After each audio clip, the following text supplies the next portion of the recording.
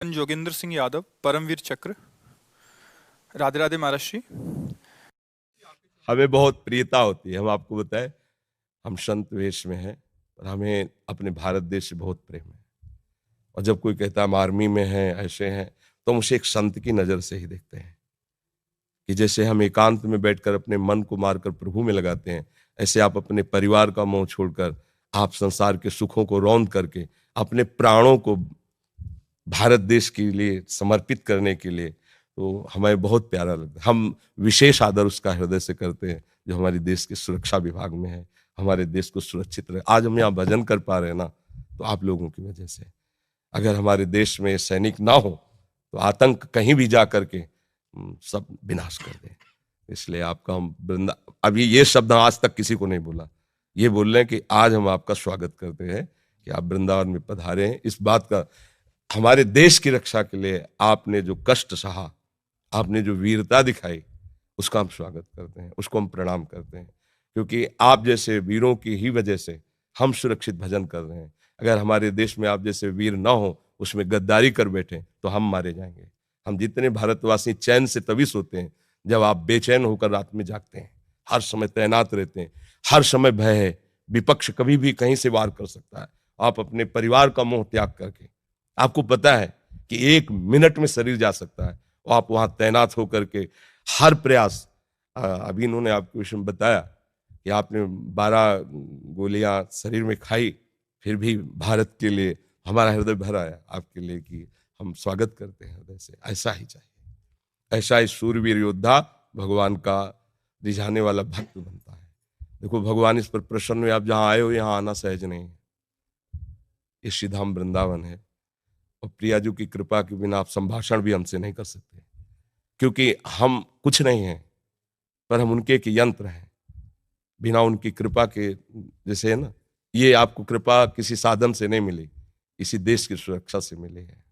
आपको श्री जी की चुनरी और माला ला के पहनाए, हम विशेष स्वागत इनका करते हैं, क्योंकि हमारे देश के लिए प्राणों का बलिदान करना बहुत कठिन बात है। प्राणों का बलिदान करना, और ये स्पष्ट, एक गोली में तो धूल चाट लेता है, और आप उतने के बाद भी प्रयासरत रहे कि हमारे देश की सुरक्षा में कोई अंतर लाए। इसलिए ये हमारे ठाकुर जी श्री जी का माला है।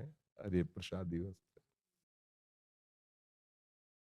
महाराज जी, पिछले कुछ समय से आपको सुनना शुरू किया है, बहुत आनंद की अनुभूति होती है। महाराज जी, हम भी भजन मार्ग में आगे बढ़ना चाहते हैं, कृपया मार्गदर्शन करें। जो सेवा से आपको समय मिले, तो जो प्रभु का आपको नाम प्रिय हो, वो जपने की प्रयास करें, जपने का भाव करें।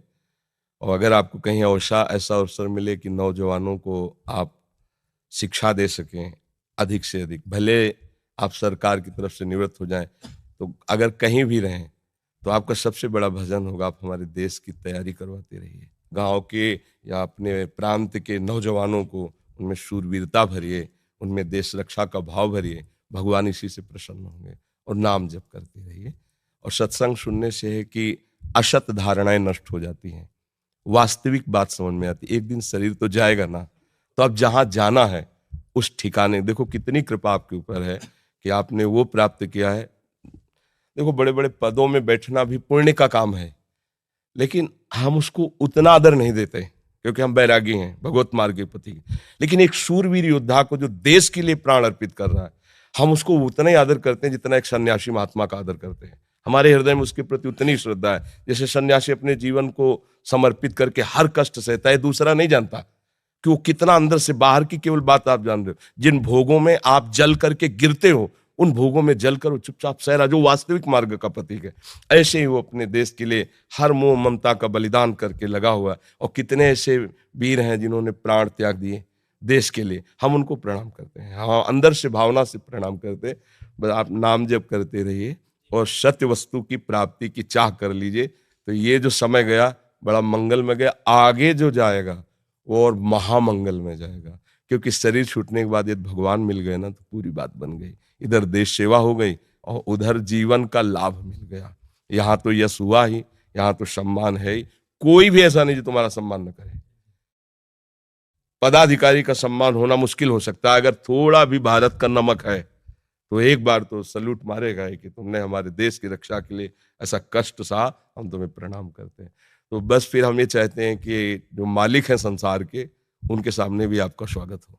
आओ, हमारे बच्चे हो, आप हमारे पास आओ, इसके लिए नाम जप करना और हमारे देश के नौजवानों को वो शिक्षा देना जिससे वो भी हमारे देश की सेवा में तत्पर हो।